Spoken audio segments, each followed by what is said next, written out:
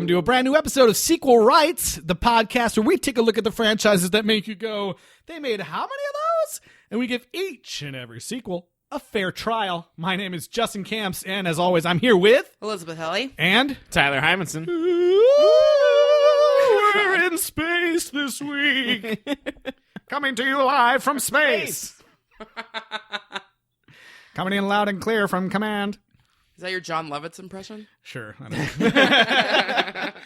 It's not quite the same, but... It's where balloons go. Oh, my God. This week, we're wrapping up the Brave Little Toaster series with BLT. BLT. Bacon, lettuce, tomato. With bread from a toaster. Oh! Bringing it back. Brave Little Toaster goes to Mars. The final chapter in the Toaster series. It does. It goes to Mars.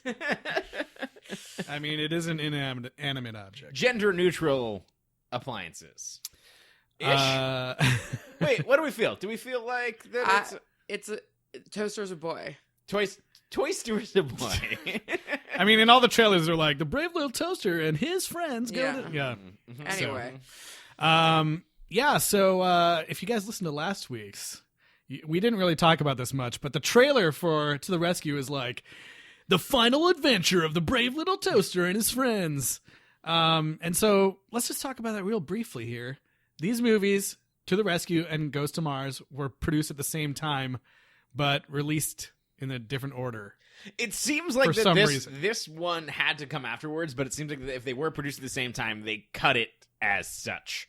Where it's like, all right, well, we know that we're introducing these characters, so... They were released in the UK first, in the correct order, and then in the US they were released like opposite order. They were so just wait, like, Mars was released first in the UK? No, in the US, the Mars was released first.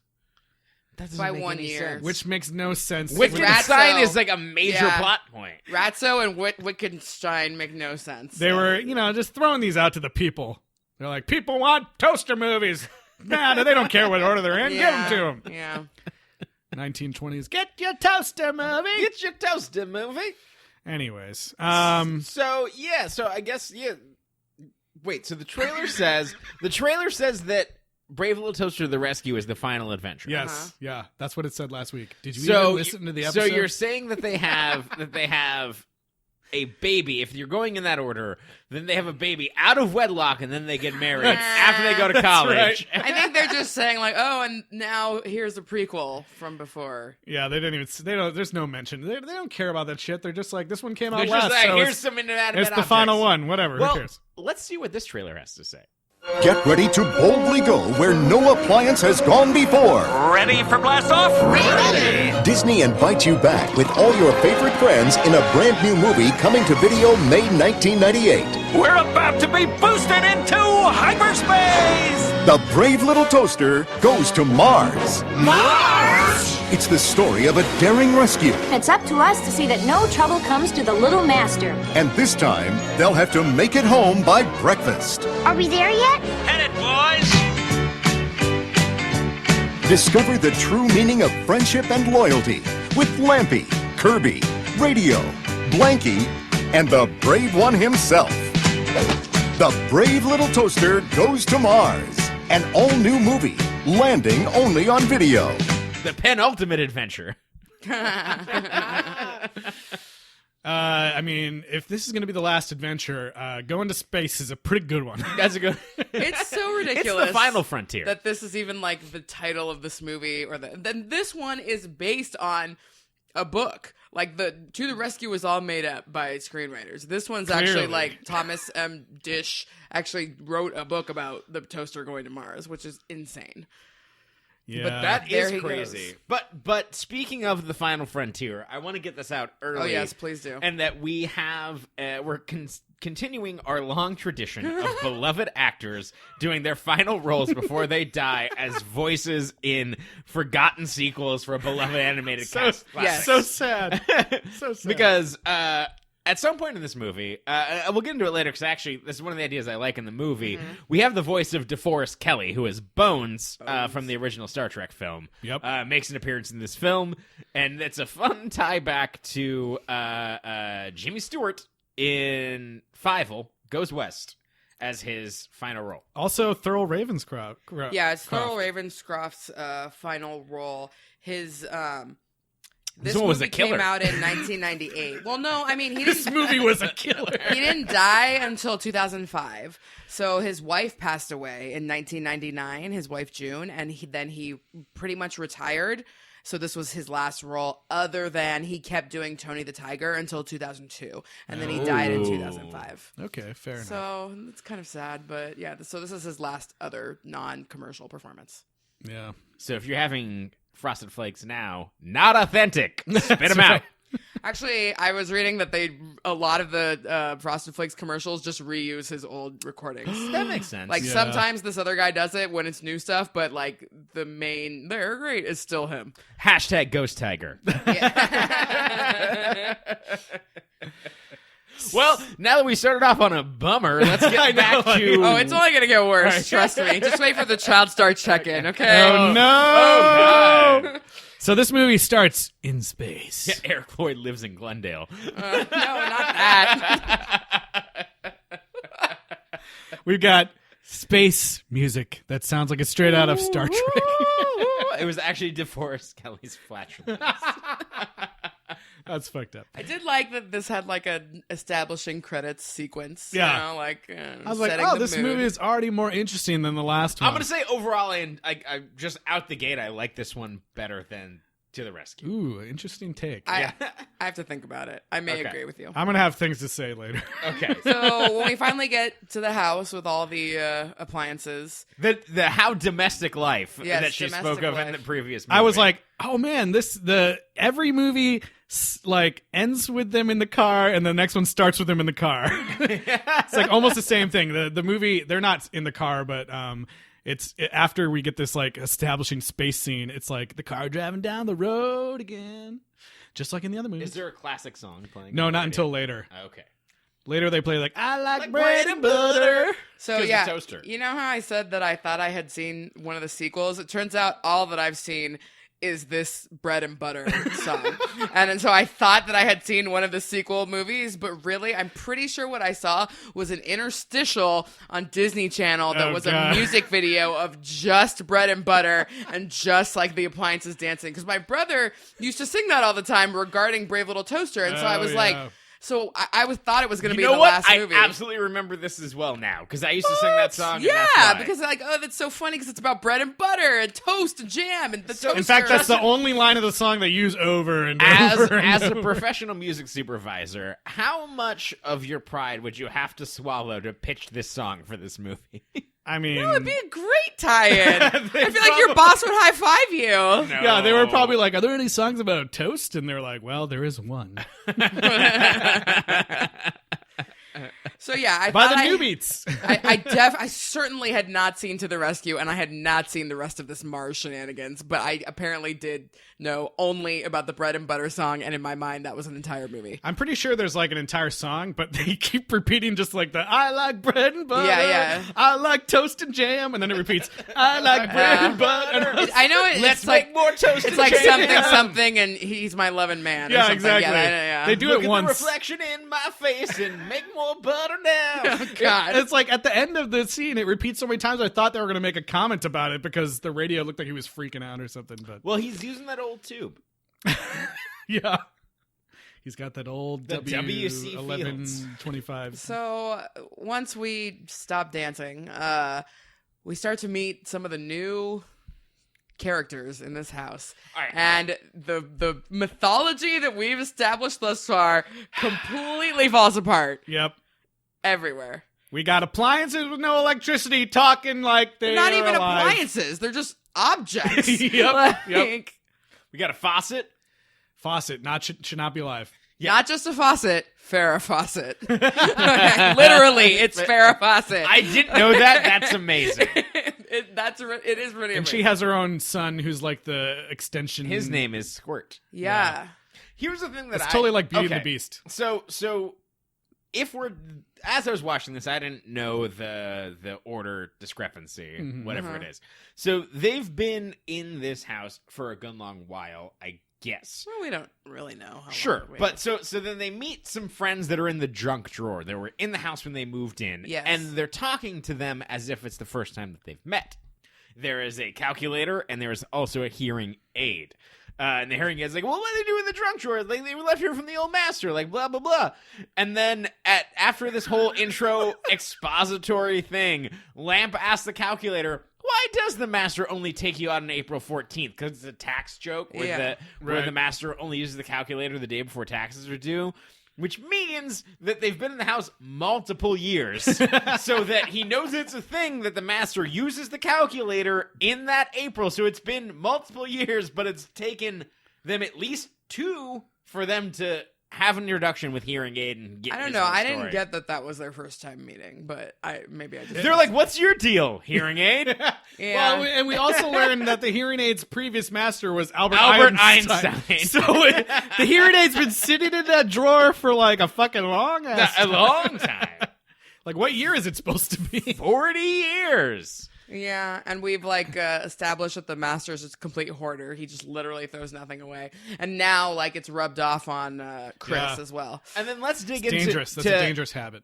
This movie has some pronouns that I'm not super fond of because they get into what they're gonna call Chris in this movie, and they have not dubbed her this in any other film, where they call him Master and the Mistress. Yeah. Oh, But then I thought they said Mrs. No, mistress. Mistress. That's weird.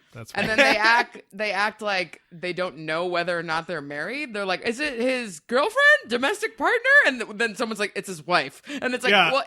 Duh. What did you not? I don't know. I know. I was like, are they trying to make it seem like the appliances still don't quite understand how the world works? Well, they definitely don't understand where babies come from. Exactly. At least Blanky doesn't. Yeah. They act like all of them know except for Blanky. And they're all like, ooh. But it's like, I'm pretty sure none of them know. Eric Lloyd, if you need to know, come on the podcast. We'll explain it. Yes, please, Eric Lloyd. We should mention that we were so busy talking to John last week, John Negroni, go back and listen to it. We did not mention that Eric Lloyd of Santa Claus fame took over for Blanky. Yes, it's not only fabled actors dying and giving their voice to movies that have a crossover with previous Secret Rights films. It is also the boy Santa making a crossover on Brave Little Toaster. Yeah. And goes to Mars and to the rescue. And we did a child star check-in on him when we did Santa Claus, obviously, but he still lives, I think, in Glendale. Who knows? Maybe he lives in this building. But yeah, he owns LP Studios in Glendale. But since we talked about him in 2017, he's since done several short films in post audio. He's he's getting into that now, and everyone's watched them. I'm sure. Yeah. But there's another Santa Claus connection, you guys. Oh, no. What? So Tinselina, who we're gonna meet later. Oh, right. My favorite character, not. So she's voiced by Kathy Soucie, who provided the voice of Chet, the ne'er-do-well reindeer in Santa Claus 2 and maybe 3. I don't remember. So she was the one going, yeah, You exactly. can't tell, but I'm hanging my head in shame. Yeah. I think when we did Santa Claus, I mentioned that she was also the voice of Phil and Lil from the Rugrats. You But did. You did. She is also Tinselina. So there's a double Santa Claus connection. Man, we picked a good one. And she plays a Christmas tree topper. Oh, so God. Of course she does. it's a conspiracy. So, all right. Well, before we get into more of this Christmas tree topper, you're like, how they're going to Mars? How does this get involved? Well, it won't make sense, but we will get to it soon. This movie's premise, how does it start? What's happening? Well, so again, the appliances are all like, where's the master? Oh, he's been gone for 7 years or whatever. Literally, it was one Yeah, night. and they're like, come on, you guys, chill out. It's they've been gone overnight, like whatever. And they all of a sudden like, the car? You hear the car? And it comes back, and the mistress, I guess, is holding some sort of object, and they're like, what is it? Oh my gosh, what is it? And they're like, it's pink like a sausage. Yeah. And then they feed it with a bottle, and they're like, that's one hungry sausage. Yeah, and they're like, it's, and you're like, they're gonna say it's a baby, obviously, and they're like, it's a new masterling, and you're like, what the fuck? Why would you even think to say that? You subservient dicks. I mean, I'm glad later they kind of abandoned that and go to calling him Little Master, which is much better. But like, Master, of course, is a title for a young boy, so it made sense that they were calling Rob the Master in the first place. But when he grew up, they didn't start calling him like our Lord or something, you know, like, and so, but now they have two masters. And I mean, mistress has not always been, you know, a adulterous woman. Right. It could be, you know, your mistress is I wasn't going adulteress. It was just weird. Oh, okay. The naming thing is creepy to me. Yeah. It's like, a masterling. It's like countdown. Do we have to call Baron Trump masterling? I mean, the way they talk about him, like I expect them to be like cooking them in the next scene. Right. It's a masterling and it's a sausage. Oh God. But do you guys is little Robbie adopted? Like, why? She certainly doesn't look like she recently gave birth. They saved some money because they used the same model of Chris as they did in the first movie, in the second movie, and coming home from the hospital in this movie. Her skin is not that much lighter, but it's still the lighter version. And the baby is like a straight up ginger. It doesn't have any of her features. That baby is Irish. I thought it was also really lame that his name is Robbie. Well, and she doesn't look like she's not any heavier or anything. At one point, she's in a robe. Yeah, sure. So that's what the concession. And also, she feeds it with a bottle immediately, which, like, no mommy shaming. Maybe there's a medical reason that she had to bottle feed and couldn't breastfeed, but like, I don't know. Right. You think she you might still really be trying the next morning. You might still be attempting to get it to latch, you know? They can't show breastfeeding in a kid's movie. It's too confusing. They already don't know where babies come from. Yeah, I guess Blanky would have been really confused when she used it to cover. What? To add discretion. She uses Mistress Blanky. and masterling. These pronouns are confusing. I love that. I love this scene of Blanky being like fucking pissed off at the baby being there. He's like jealous, and then he's like, maybe they should just take it back where it came from. Yeah, and they're like, I don't think that can happen, Blanky. Yeah, and then and then we hear, like, Blanky hears that the baby's name is Robbie, and he's like, oh, it's just like the master. And then the radio says, like, calls him manic depressive. Yeah. No. It's one of the funnier things. He's like, wow. It's like, and Blanky comes out of a manic depressive slide. And it's like, that was hilarious. It was great. It's like, been there. Yeah. Good. He was like so mad and upset. And then he's like, oh, I love it. And then, in case any of us are not parents yet, just FYI, it's not a good idea to put an electric blanket on your newborn baby. Bad. No, do not do that. What about a sentient electric blanket? Dangerous. I mean, the blanket would know when it's on fire because it's alive. I guess, but it still upset me on principle. And you know how when you bring your baby home from the hospital and you put it in a crib immediately? Yeah. Well, and then we get, like, a song about babies, and it's the first, like, like background vocal song that we've ever had in this series, I think. It's a boring ass song. It's a bad song. With, like, stupid pun sentences. I would say that this movie musically is the worst. Yeah, I would agree with that. Yeah, the songs are definitely worse. The lyrics are like, baby, how the days go by. Baby, it's almost as bad as that. How the hours fly. It's almost bad as that talk singing "What is a Baby" from Lady and the Tramp. Like, what is a baby? You know? Oh God, yeah. So yeah, they're just saying sentences with the word "baby" at the beginning. This song blows, and so there's a hearing aid in the junk drawer who is now sneaking up the attic, and he's getting whispers from beyond. Yeah, whispers. That was so weird. He's like, "Oh, they're going to be broadcasting right about now," and he goes upstairs, and Toaster follows him. Right, being brave, I guess. And he is braver in this movie than he is. That's true. Yes. Yeah. We do see the hearing aid broadcasting. He's up into the suspicious moon. of the hearing aid, but instead of just closing the drawer somehow, they all decide to, like, take turns watching the drawer, and of course they all fall asleep, and the hearing aid escapes. And then when he escapes, And Toaster's like, wake up, everybody. They're all like, fuck you, dude. Like, we're sleeping. And he's like, we all had a job. We agreed. Our prime directive was Oh to my protect God. Yeah, then we have a discussion about prime directives straight out of Wall-E. Yeah. Yeah. So- They're like, it's a sci-fi movie. We got to talk about prime directives. Basically. Blake is like, what's a prime directive? I never knew what my prime directive was until It's like, this day. It's to make people snuggly and warm. Yeah. And to kill. That would have been more interesting.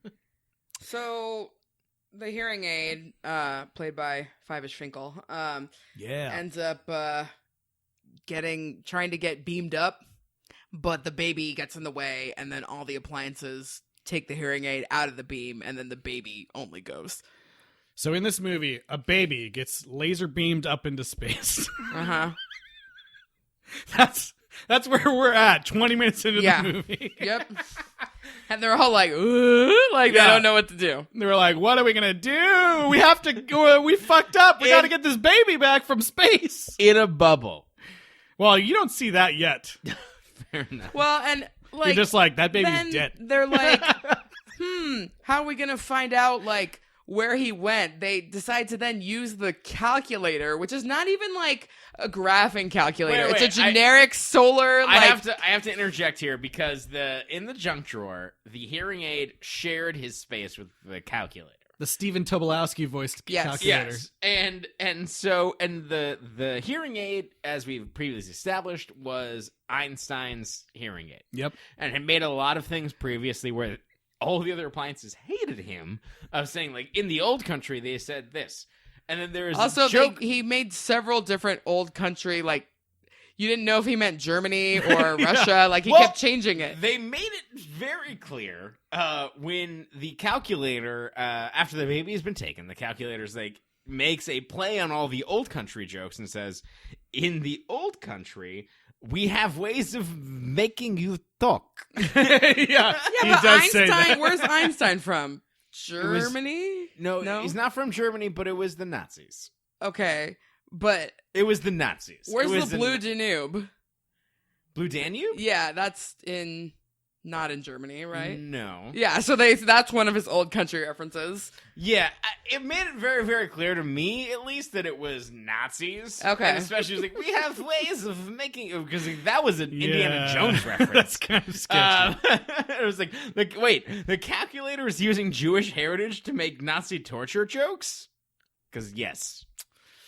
And they do. And so they torture the hearing aid.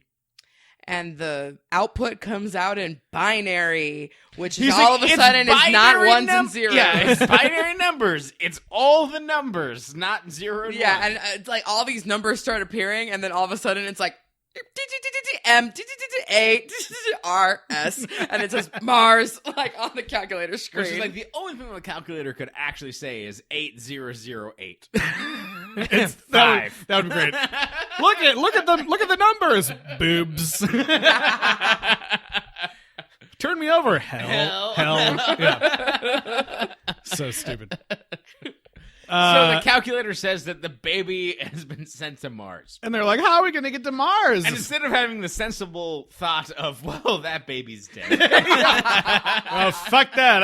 I'm just a toaster. What am I supposed to do? That's what I would have been thinking. There's no atmosphere and that baby is dead. No, instead they're like, I know someone who can help us. Right. And they get on the computer and call good old Wittgenstein. I of was Noah's shocked Arcade. that Wittgenstein was in this movie. I was shocked that Ratso was in this movie because Yeah. I hated him. This movie, you guys, before we go any further, this is like one of the most hardcore continuity movies we've had. It is, yeah. Like, it literally... Other than the mythology of what's alive and what's not alive. Yeah, that's true. But I was like not expecting Ratso to be there, even though like No. they took him in the end of the last movie. And it's basically like you could watch these two back to back and it makes total sense. Yep. Other than what's happening in the film. Other than a baby was teleported to Mars. So they call Wittgenstein and they're like, "Hey, do you remember us?" And everyone who's watching this movie first goes, "No." I don't remember who the fuck this guy is. I didn't see the other one. That doesn't look like a computer to me. Yeah. doesn't look like anything to me. Yeah. And so apparently he gives them the instructions and the way that you get to Mars.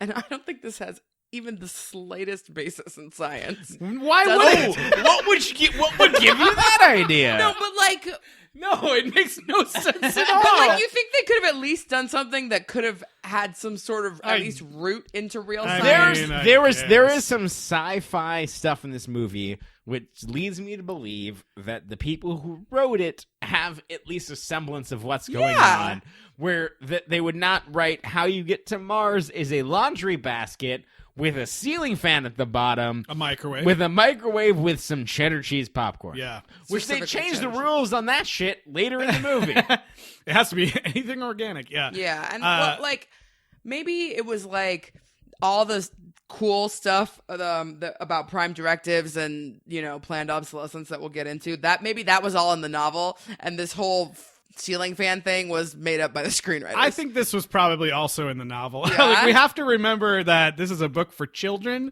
Yeah. And how do you think that maybe a child would think of how you get to Mars? How would a children think? How would a children I think? know, but don't kids at least know like that stuff burns up in the atmosphere? I don't think so. Because when you're a little kid, don't you ask your Balloons! parents, like, yeah, what Balloons. happens to the balloons? I think it's why more- can't birds just fly straight to space? And they tell you, oh, it's because they'll burn I think it's up. more like if you're a child at home with your imagination Wait, thinking, hold on. how do I get to space? Hold I can on. use this as a seat and this is Your parents told you that birds burned up when they No, but if you think about it, like if you think, well, why can't birds just fly? It's because they'll burn up in the atmosphere.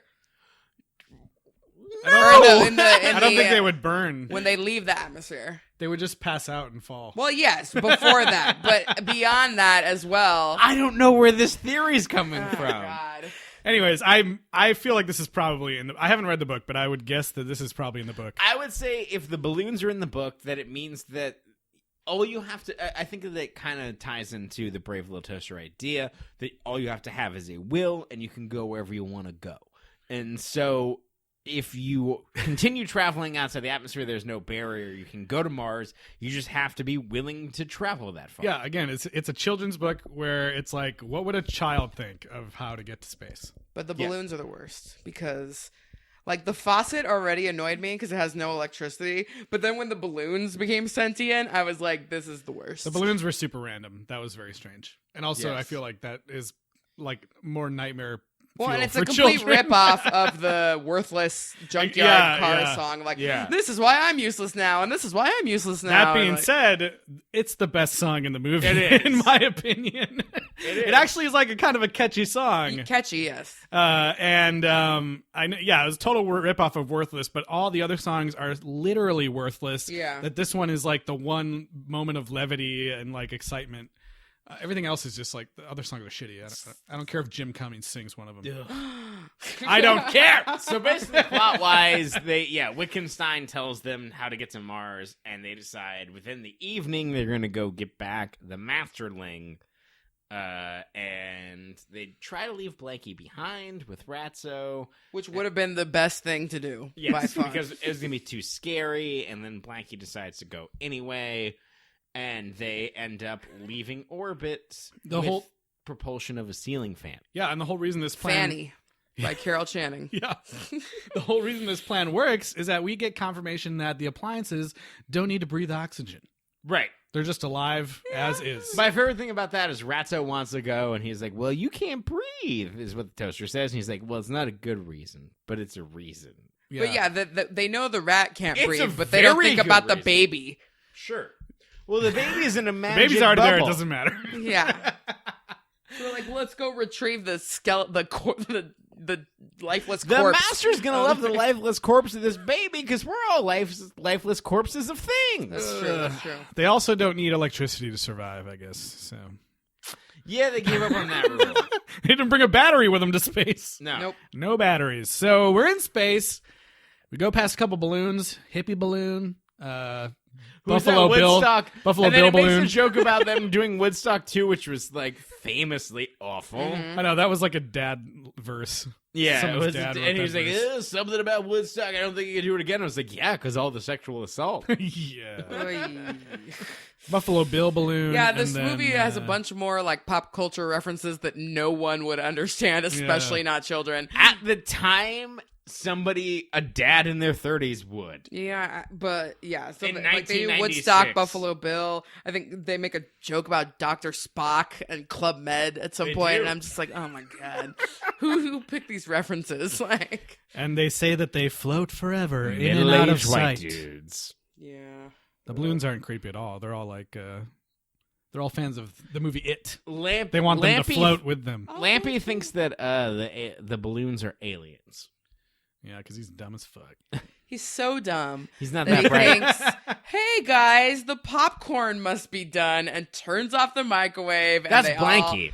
That's what I just said. That's what we were just Oh, talking we were talking about. I He said said Lampy. Lampy. Oh, yeah, Blanky. They're both dumb. Anyways, but they crash on Mars because Blanky turns off the microwave like a dumbass. And they only bring the microwave. I want to talk about something, because in this first song that happens, they, I believe for the first time in these movies, establish that it's an idea that I don't hate, but it's an idea that I'm not happy about being brought into the third movie, where the plugs of these appliances can snap. Yeah. Kirby snaps his plug. Yeah. He's So like- yeah, plugs can snap, and they make it a feature of these songs. Yeah. Snapping is here with a vengeance. And Lampy at one point spins his cord so fast that it's able to propel like a boat, which Yeah. he's never done that before. Also, Toaster uses his cord as a spring at one point. Yeah. So all sorts of fucking things that don't make any sense happening in this movie. See, they can snap now, which makes the song somehow worse. Just bringing that up. So we made it to Mars. Yeah, and you think that'd make the movie more fun and exciting, but turns out it's more boring. they You talked about Viking 1 already, which is Bones. And that's a real satellite, right? That's a real They're like, satellite, "He's and they're like famous." Viking 1, he's famous. He's like Viking 1 the satellite, and the line that makes no sense that he says is, no, Viking 1 the bagel. Which is like, I want the fucking Viking 1 bagel at this point. that would be dope. Yeah. So, did Viking 1 actually have a Christmas tree topper in it? Okay, I looked this up, and the answer was inconclusive. Like, did it at least have like stuff, like time capsule things that children Not really. put in it? What it seems like is it is a kind of taking ideas from Voyager. Okay. And I don't think that there was anything. Here's the thing. Weight on satellites is essential, so no one's just throwing a bunch of random shit on there. Yeah, that's only for like shuttles. Yeah, barely even that. Yeah, sure. So like, yeah, Tinselina shows up on screen, and I was like, "What the fuck is this horrifying monster?" It's not cute. She's like, "Hello," and I was They're like, like- "Oh god." They're like, what?" "Oh, you're so pretty," and I'm like, "No, she's not." If you remember terrifying. the Simpsons episode where Mr. Burns is an irradiated monster alien, that's kind of what she looks like, Yeah. but she has a Russian doll Christmas look as well. And sometimes she looks like she's human height, and other times she's toaster Oh, height. scale in this movie is real fucked up. Yeah. So they get to Mars, I did love that Viking one was like, God, all she ever does is talk about Christmas. and I want to pause here, and I think that there is a great idea, and we're talking about something that makes these movies great, of things that you use and cherish that have utility and that where run their course of usefulness, and you forget about them. And I think that if you're talking about toasters or things that you leave in a cabin that you don't use, that satellites that we send off to die is an amazing kind of way to have them talk about it. Like, that is some big idea thinking of, like, what happens if this toaster was left in the cabin, talk to a satellite that we sent off to die. Well, we even said in the last 2 episodes, like, well, the ideas here about planned obsolescence could Right. be really fascinating. And in this one, they even say that in so many words. Right. So I was They shocked. used that word exactly. I like the idea all the kids of are like, talking to the "What?" satellites, but It stays there for about 90 seconds and then moves on to military toasters. Which I thought was great. A bunch of giant toasters with rockets on their shoulders show up, and then they're never mentioned. Like they're in the scene just to take them to the Wonderlux appliances, and then they're never in the scene. I don't know, like again. what is that even a reference? Are they supposed to be like solar panels or what? Like no, it's they're not just a reference to they're just anything. stupid. Yeah. Okay. I don't know. It was just weird. Like they had made this military toasters. I don't know. Yeah. Why? For what? For what reason? There's nothing else on the planet except for them, apparently. I don't know.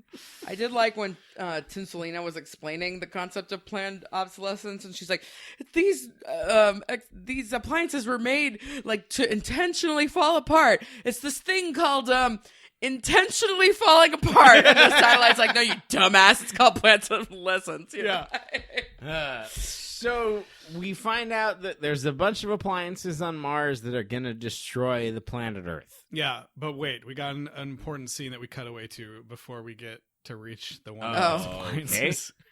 We cut away. So the whole point is that Ratso has stayed to be mission control. I disagree this being important. It is important. Every so often, we cut back to see what's going on with Ratso. His main goal is to deal with the baby monitor that is gonna like alert. Oh yeah, he kills. Yeah, he commits a fucking murder in this movie. He takes the battery out, but He's like, sleep. But all the other appliances don't need batteries, don't need to be. But when he takes the battery out of this intercom or baby monitor, it dies. Yeah, and he's like, I hate to do this, but and he pulls the battery He does out. And kill I was it. like, You're right. He does. I have in my notes murder. like, Ratso just murdered someone, you guys. He puts the battery back, but still, it like resets it or something. Yeah. I thought that was pretty fucked up. Anyways, back to Mars. He does murder a baby monitor. We cut away for a little bit of murder, and then we go back to Mars. And yeah, go all ahead. the Wonderlux appliances are being led by a giant fridge. What is a Wonderlux appliance? They were appliances that were purposely built shitty for planned obsolescence so that you'd have to buy new appliances. So iPhones. And was there someone who was close to Albert Einstein that was helping design them? No? I don't remember. Yeah, there was a guy who was like all about. I don't remember who they showed the guy for 2 seconds. His name was like Gutterstein or something. Was like that supposed to be the same guy? What? No, not the same guy, but it was the. Okay, so spoiler I think alert. it's two different guys. The guy that builds the Wonderlux appliances, but then the dude who this second hearing aid goes to become like angry is not the same guy. I Or think it the is? same guy. Oh, okay. Anyway, like there's a German appliance company that is making planned obsolescence. I was just like, at this point, my notes are like, this story is weird. Yeah, it is weird. The appliances figured out that they were being made to break, so they got Made to pissed die. and they all climbed in a rocket and flew to Mars. Right, because this guy was all about destroying the planet, And so the they hearing got the aid idea. helped them build the rocket? Yes. Yeah. Somebody in the movie, one of the characters is like, how the fuck did a bunch of appliances build a rocket? And so they get to Mars, And I'm like, and there's an entire society. Oh, first of all, there's a baby. The baby's in a bubble. yeah, baby's in a magic bubble. Never explained. Never It's in the like Super Mario Brothers bubble. Yeah, it's Glinda- in the Glinda Yoshi's bubble. Island The bubble. The new yeah. Super Mario Brothers. Yeah. Yoshi has to go pop the bubble. The to baby's get- on to easy get- mode. Yeah, to But get Blanky baby can go Robbie. in and out of the bubble, and the baby can even reach out of the bubble when he wants to. Oh yeah, and- that was a dramatic moment later on. So there's all these appliances. They're deciding they're gonna kill Earth because reasons that make a whole lot of sense. Listen in if you want to know more about that. They're shouting like, "Power to the appliances!" Yeah. Power to the appliances! And there is a giant refrigerator in charge of them. Like a refrigerator who looks like a 1950s refrigerator, who is the size of Alabama, apparently. Yeah, apparently. And he's the Supreme Leader. Supreme leader. Supreme Commander. Oh, Commander. Oh, sorry. The Supreme Leader's from Captain EO. My bad. My brain just like automatically goes even to has Captain a EO. baton. He does, yeah. His handle, I think, is the baton. But, yeah. So we find out that He has elections every day for the positive reinforcement. I love they did it just to make him feel better. Yeah, he just likes it. Because they were like, Toaster, you should run to be the Supreme Commander. And he's like, well, when's the next election? They're like, it's today. And he's like, well, that's a coincidence. She's like, no, it's not. We have an election every day. Which leads to a debate that is completely decided via song. A debate song. As all debates should be, really. Which I was thinking about this. I was like, you know what? Would politics in America be worse if people had to sing their views? No. I think this might be better. This song has terrible lines like, power is a weak person's crutch. What we need is a human's touch.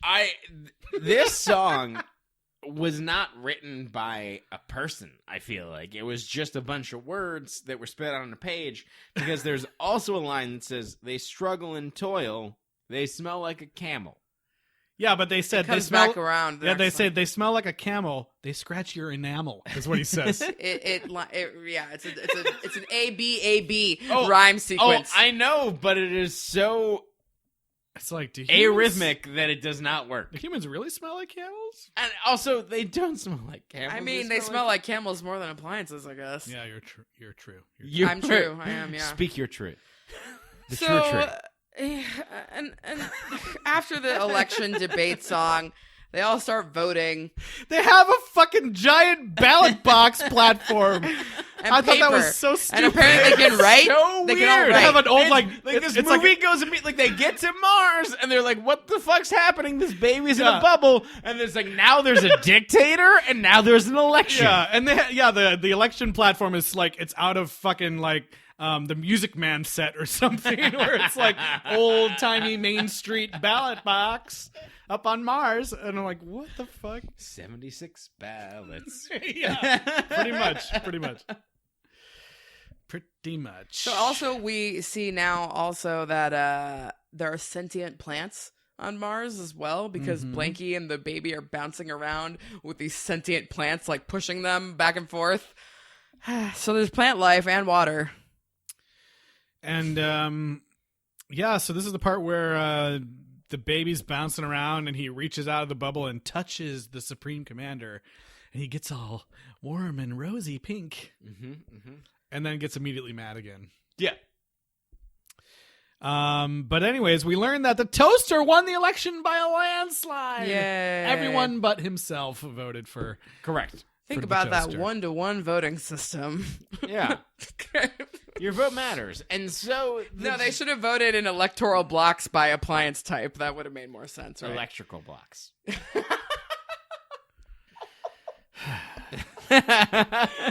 Justin's about to walk out right now. Yeah. All right. So the Toaster wins the debate. And a fucking weird ass scene happens Yes. right And after. so what happens is they go to confront the leader of the appliances in this giant refrigerator, and the escalator descends from the freezer box. Yeah, so the outside of the refrigerator is no longer sentient for some reason. Yep. The door comes open, giant escalator comes down. They go up into the freezer top part of the fridge. And then we get a journey to the center of the earth. Yeah, Yeah. they're suddenly in Davy Jones's locker. Inside the fridge is a shore with an ice tray that they then go for miles and miles floating in the ice tray across an ocean to yet another shore. This was like too existential for me. I couldn't handle And then it. on that shore, there's another fridge with the hearing aid inside, right? Yeah, and it turns out that Albert Einstein was real shitty with his hearing aids. Yeah. Did he actually need 2 hearing aids? He No, said he it was just his forgot brother. them twice. Oh, okay. Yeah. So yeah, his brother, the other hearing aid, was masquerading like Wizard of Oz status Yeah, as we- a giant we fridge. learned- Which, by the way, this fucking movie dangles Albert Einstein like a fucking carrot in front of everything. It's like, oh, he's gonna be on Mars. He's gonna be helping things. Like all this is gonna happen. No, No, he's just dead. dead. He's super dead. Yep. It's just his hearing aids that have crazy fucking ideas. Also, the whole reason that there's this like lake up there is they're like, he was so upset he self-defrosted. So I'm like, another suicide. Yeah. Mention of suicide in this But movie. it wasn't even, because it was really just like a shell. But he wasn't even real. Yeah, it'd be like the Wizard of Oz like head, committing suicide, but then the wizard's like still behind it'd there. be like you know, it'd be like the giant head in the Wizard of Oz dying, them having to climb inside it and get into a dinghy to row across so an ocean of fucking blood weird. to get across the other side to realize it was just some sort of bug saying that nope, it's just me. I was Albert Einstein's. Yeah. So the other hearing aid said aid. he was inspired by the baby's touch. Yeah, he And- says, the touch of a small boy's hand. He's got. Did you really say that? I blocked it out. My brain somehow turned off and didn't hear that. Yeah, he says, the touch of a small boy's hand. He's got the power. Yeah. He's got the touch. Oh, God. I thought that was so gross. Yeah, it was super gross. I'm just the old German man. I just needed the touch of The a touch young of boy a- of the young boy's hand. God, please never talk in that voice again. Oh wait, we're batting the German voice. Oh, It's fine. God. So they're all gonna go back to Earth now. The hearing aid, the Tinselina, everyone's jumping back in the laundry basket. Tinselina and Viking One are going to have a long-distance relationship. Oh yeah, that was creepy as fuck too. They say bye to each other, but then it's like semi-sexual. Yeah, and they literally mentioned, like, oh, we can keep in touch. And Yeah, he's like, I still like you, but I feel like some distance would be good. yeah. Very weird. Even very though weird. they hated each other. So they launch off back to home, and they're like, oh, fuck! We forgot about... There was a missile that was going to destroy the entire planet. and the hearing aid's Because like... I'm a German scientist. Yeah. It's the only thing I can The do. hearing aid is like, I forgot to turn off the launch sequence. I'm the only one who's got the codes. Luckily, the brave little toaster has a crumb tray. Yeah, out of nowhere, he's got a new, like, fucking place he can hide shit. I don't know. Every toaster has that. Yeah, I he mean, has it's not had a crumb tray until this movie. just never opened it. Not all toasters.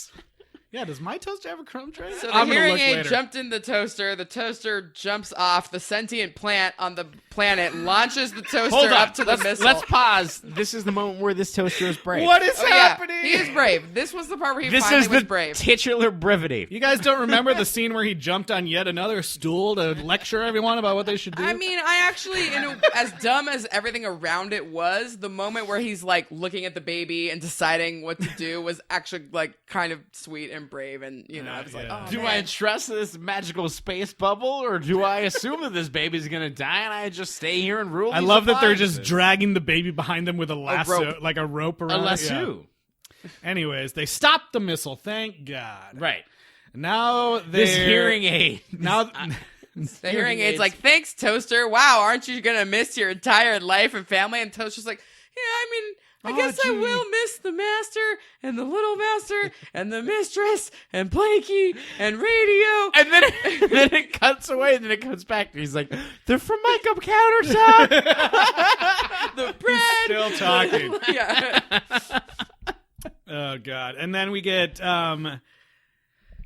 these movies just keep wanting to bring up suicide. And then we get to Justin's breaking point. Every single movie has to have a suicide, but the Toaster jumping off to save everybody, I thought was like gonna fill in for Yeah. the suicide. This one.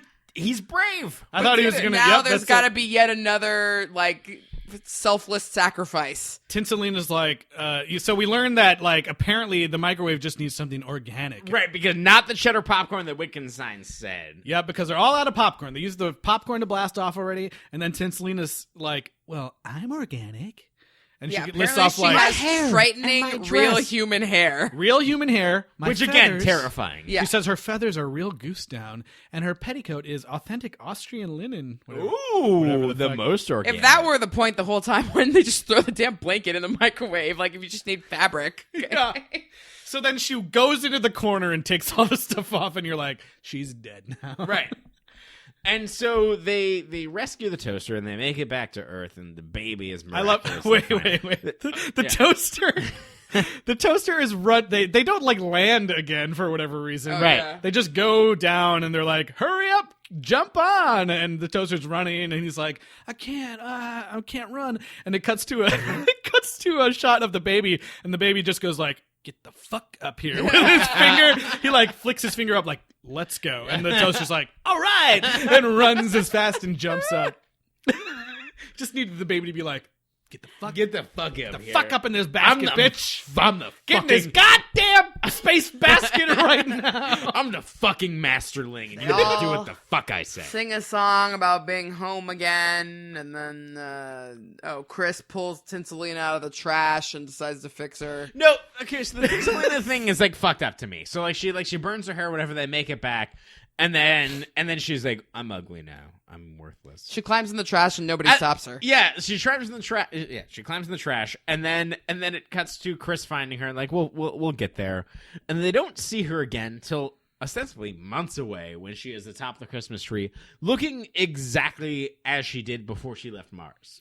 I like it. Chris grabs it from the trash and goes, one thing I learned from you is never throw anything away. And I was like, Jesus Christ. That's a terrible thing to learn. Turns out in the garage they've got 85 plastic bags full of Ratzo's poop. More episodes. He's totally coming a up hoarder. next season on Hoarders. We're gonna make a diamond. Yeah. Oh, God. I also love that there's like this weird shit with the fucking fan that is like, she's obsessed with like being upside down now. Yeah, it's weird. Like she has a fetish. She's like, just put me on the floor, face up. Speaking of the trash, we forgot to mention earlier when they first make it to Mars and find out there's all these broken down satellites and appliances. Kirby's like, oh man, 85 million miles and all we did was make it to another junkyard. I was like, thank you, Kirby. There you go, Kirby. So yeah, we get this Christmas scene and we get this hilarious thing where like the baby goes and grabs all the Because the baby's first word is not mommy or daddy, but toaster. Yeah. and then Rob's like, oh, what's he doing? He's like father, like son. He's getting the radio. He should have been like, monkey see, monkey do. Oh, what's he doing? He's getting the lamp. So they get all the 5 original characters. Oh, what's he doing? He's getting the... And then it shows Ratso, the microwave, and the faucet in the kitchen being like, oh man, we're not involved. Then you hear Chris and Rob in the other room go, hey, let's go get Ratso so he doesn't feel left out. All right, I'm going to make some popcorn, and I'm going to go use the water faucet to make a bottle for the baby. And they're all like, yay! We're all useful. I love, at the end of this movie, like the last note I have is, Robbie knows the appliances are alive and he's been to Mars. He will remember this. Will he? He becomes John Carter. The appliances in this movie have no cares about being alive around him. Not about the baby, no. Yeah. He John might Carter. remember. John Carter. Yeah. Might, yeah. Robbie from Mars. Rob Duck from that's Mars. the end of the movie. That's the end of the movie. That's the end of the series. Yeah, wait. Do you want more Child Star check-ins? Yeah. Oh, yeah, let's go. Especially if someone's dead. Is there anything we want to say about the movie plot-wise before we get into our post, just the whole... It's just awful. I don't. It's not... The plot itself didn't annoy me as much as To the Rescue because the animals were dumb. I agree. This plot at least had something to do with appliances. And an interesting idea. Obviously an idea that's explored much better in any of the Toy Stories, WALL-E, or even Cars. But, but still more on topic. Do we have a rating system for this one? Not yet, but let's get in Child Star check-in, and I think we'll figure it out. Okay, so one thing that's not a Child Star check-in is Robbie. His voice, he was voiced by Russie Taylor, who I'm sure you all recognize her name immediately as the longtime voice of Minnie Mouse. Oh, sure. Yeah. She's been the voice of Minnie since 1986 and still is today. Not a child. No. But then the actual Child Star check-in, other than our friend Eric Lloyd, is Redmond O'Neill, who is Farrah Fawcett's real son with Ryan O'Neal, the actor. His sister is Tatum O'Neal. Nice. And turns out his only 2 acting roles were things that people wanted Farrah Fawcett to be a voice in, and so he came along and did a little voice. Like, he did this in an episode of... what is it? Is Johnny Bravo, that Cartoon Network? Yeah. Johnny Bravo. Yeah, so those are his only 2 acting roles. But this is like a really bad Child Star check-in. This might be worse than the kid that committed suicide Oh, no. from Missing in Action. So Redmond O'Neill has struggled with really, really bad drug addiction and crime problems. He's 33 now, but he has been in and out of rehab for like heroin and all sorts of things. And just this May, like May 2018, he went on a 5-day crime spree in like Venice and Santa Monica. What? I read about this. Yeah, he committed 5 unprovoked savage attacks to random men on the street. Oh my God. They're saying some of them were hate crimes with hate slurs because he was saying like really bad gay slurs. One of them he hit in the head with a bottle and then like beat savagely and left him like bloody and lying on the ground. Another guy, he stabbed him in the head with a 3.5-inch knife, and that man is still going to face years of recovery and was in a 3-day coma. He then they finally caught him because he robbed a 7-Eleven for $60, despite recently having received his $4.5 million inheritance from Farrah Fawcett's death. So something's just wrong with this Yeah. Balloons in space. And apparently Yeah, that was he his is idea. refusing to take any responsibility for any of the attacks. He spends most of his days in his cell in solitary confinement, like walking back and forth and talking to himself, and he's my God. refusing all psychiatric meds. Wow. Gotta get to Mars. Jesus Christ. So the little squirt from the faucet, not so great. Yeah. Whew. That was Insert that was a- transition. that was a rough one, you guys. Hey, and also Jim Cummings was the singing voice of the refrigerator, guys. Disney trivia. Woo! Oh God. I feel sad now. Well, do we feel like that the Brave Little Toaster series has brought us any insight in terms of things that we take for granted or Granite? For granted. Things that we Granite take for countertops? granted. Mostly rocks. I think it, What are you it on does, the Jungle you Cruise know, right now? you don't sit around thinking about it, but like we should. I mean, Wally if makes you you think want. about it more, but we should not be so wasteful. And Sure. like, Yeah, but do you need to keep everything? no. I don't think so. He was using the vacuum in this movie, so Well, I think I like to as see as that. horrible as that election song was, Toaster said some important things about how planned obsolescence is maybe not the worst thing in the world, because if you've served your purpose, sometimes it's and had a good life. I It's mean, time he was to move talking on. about like being okay to die. yeah. yeah. That's I think Which that was, here in Sequel Whites, Sequel Whites. we went in to die. I mean, maybe. No, I think the movies. I don't know about the other, I don't know about the 2 sequels as much, but I think everything that you can learn from the entire franchise, you can learn from watching the first movie. Sure. Sure. And I do think that the topics of like dealing with being left behind or death or your purpose or whatever are good things for kids to experience. Yeah, be a factory worker and die in your mid-40s. There's nothing like that. Well, and I think the second two, Planned obsolescence.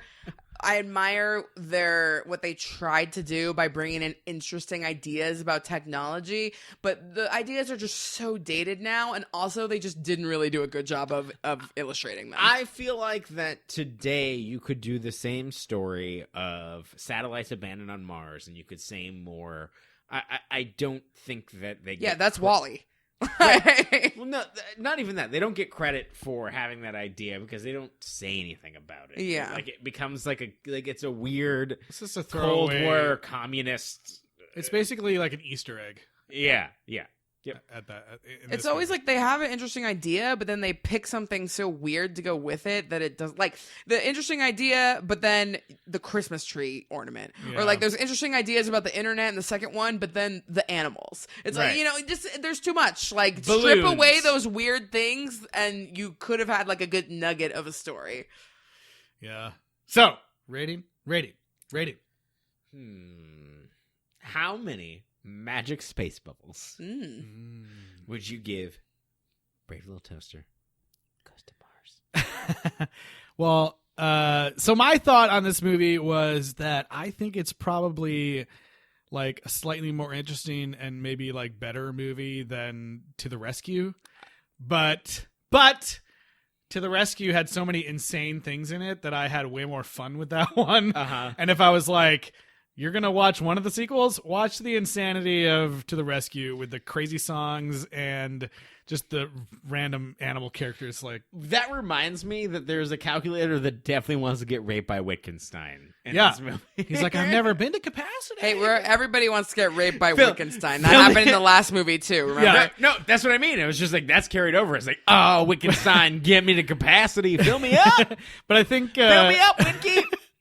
I think that this one benefited from having the source material, which gives it a like kind of a little bit more adult storyline, and for better or for worse, I think some of the stuff with the planned obsolescence and unified field theory is gonna probably go over kids' heads.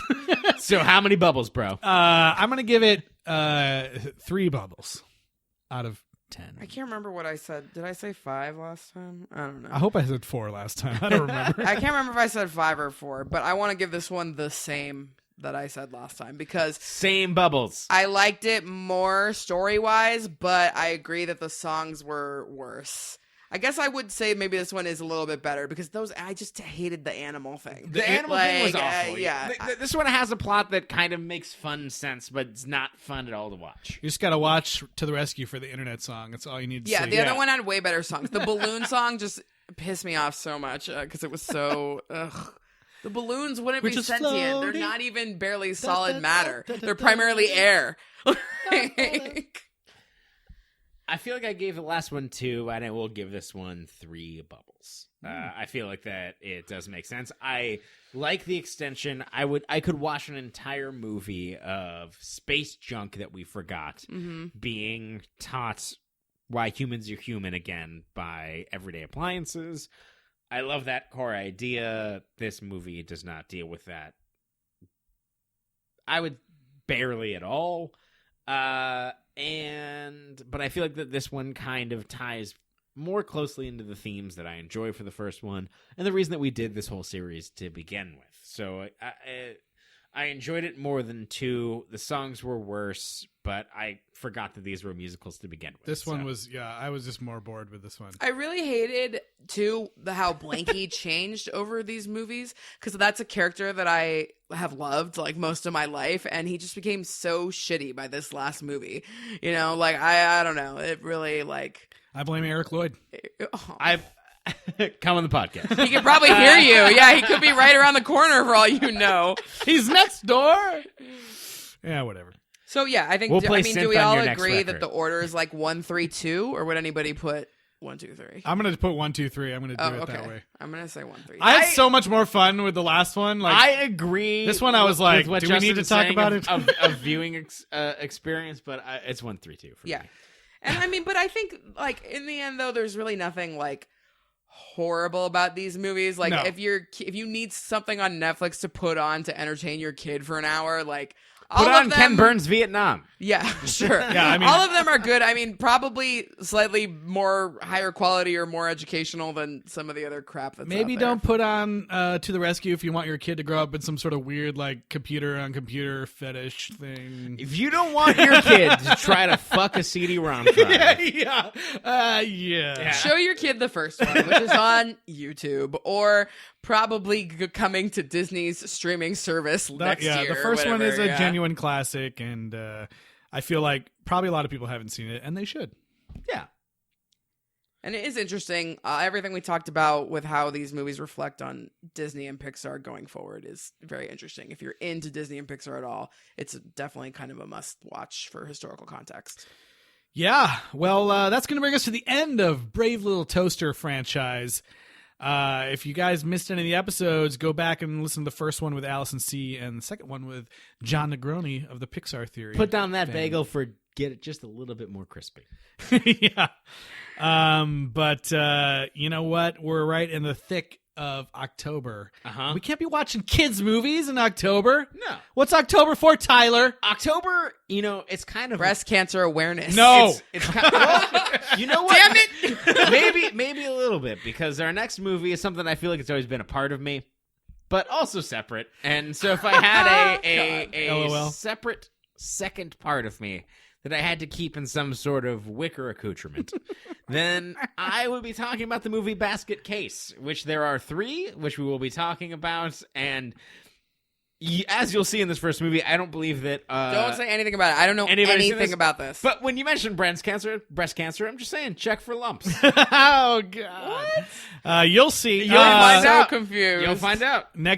So next week, we're starting with 1982 Basket Case from director Frank Henenlotter, and it's going to be a crazy one. I'm excited.